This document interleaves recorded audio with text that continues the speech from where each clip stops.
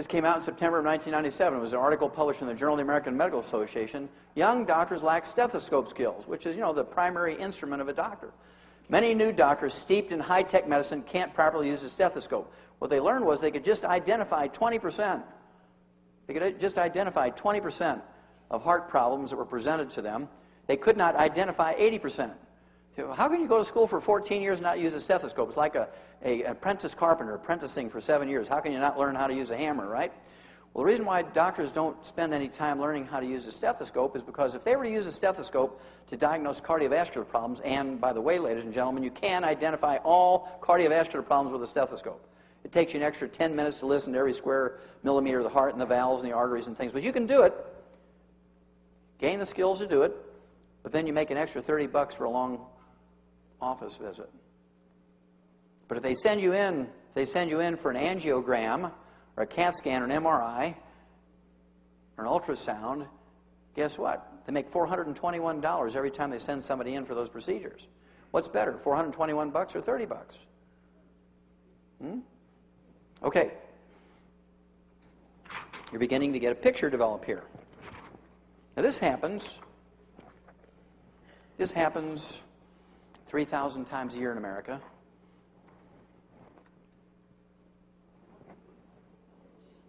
Mildred C. Clark, 86 years old, was found cold, stiff, and blue on her apartment floor.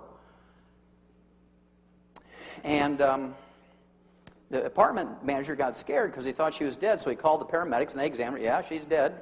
And so they called the coroner. He came out. Yeah, she's dead. So they put her in a body bag and shipped her to the Albany, New York Medical Center, which was associated with a medical school there in upstate New York. And so they sent an intern down to do the final exam before they wrote a death certificate on her, because you can't do an autopsy on somebody until they've had a death certificate.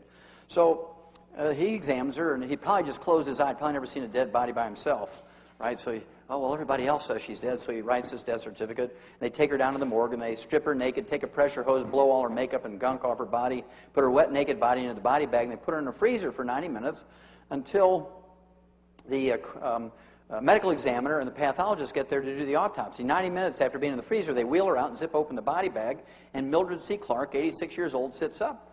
She says, "Thank God you found me. It was cold and dark in there, and I didn't know where I was." I mean, after 14 years of medical school, doctors can't even tell if you're alive or dead. That makes me nervous.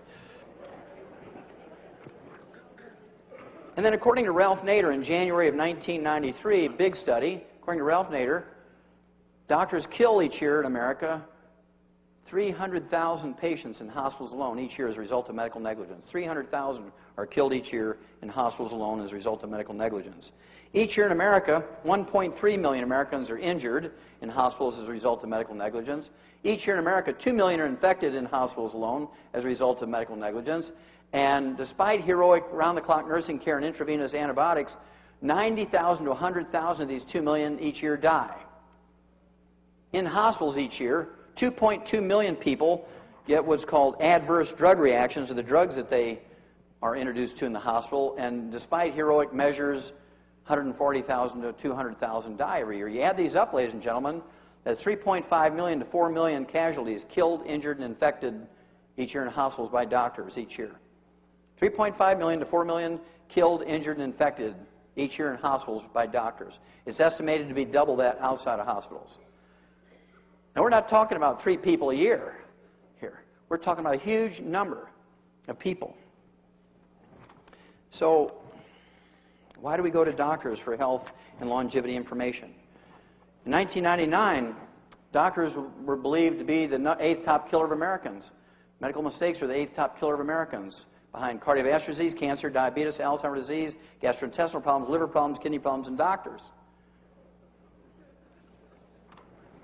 Today, this is just out. I haven't had time to make a slide, but trust me, right now, doctors each year in America kill just short of 800,000 people. They're now listed as the #1 cause of death in Americans. Number 2 is cardiovascular disease. Number 3 is cancer. Number 1 are doctor kills. Okay? Now, how do we deal with this? You know, even Thomas Jefferson said that a little revolution once in a while is a good thing. It's time to revolt against the American healthcare system. They do everything in their favor and nothing in the favor of the patients. It's a miracle It's a God-given miracle if you survive a hospital visit. Truly.